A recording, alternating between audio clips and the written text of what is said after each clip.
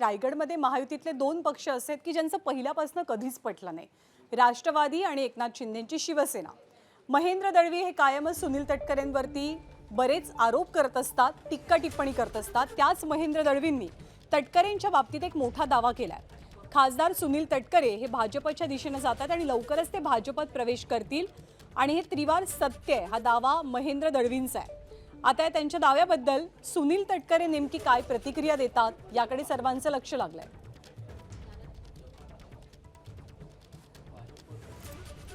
की परत तुमच्या सभेमध्ये काही आरोप केले, त्याच्या आरोपावर मी अजूनही ठाम आहे.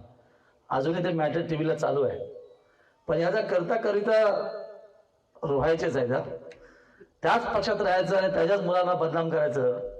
कारण इकडली बॅग भरली आहे, गल्ली टू दिल्ली.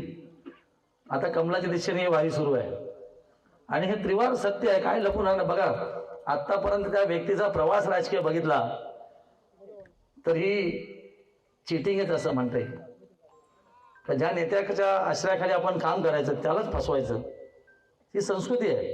आता ही बंद केली पाहिजे आणि म्हणून रोयाचं नाव बदनाम होऊ नये.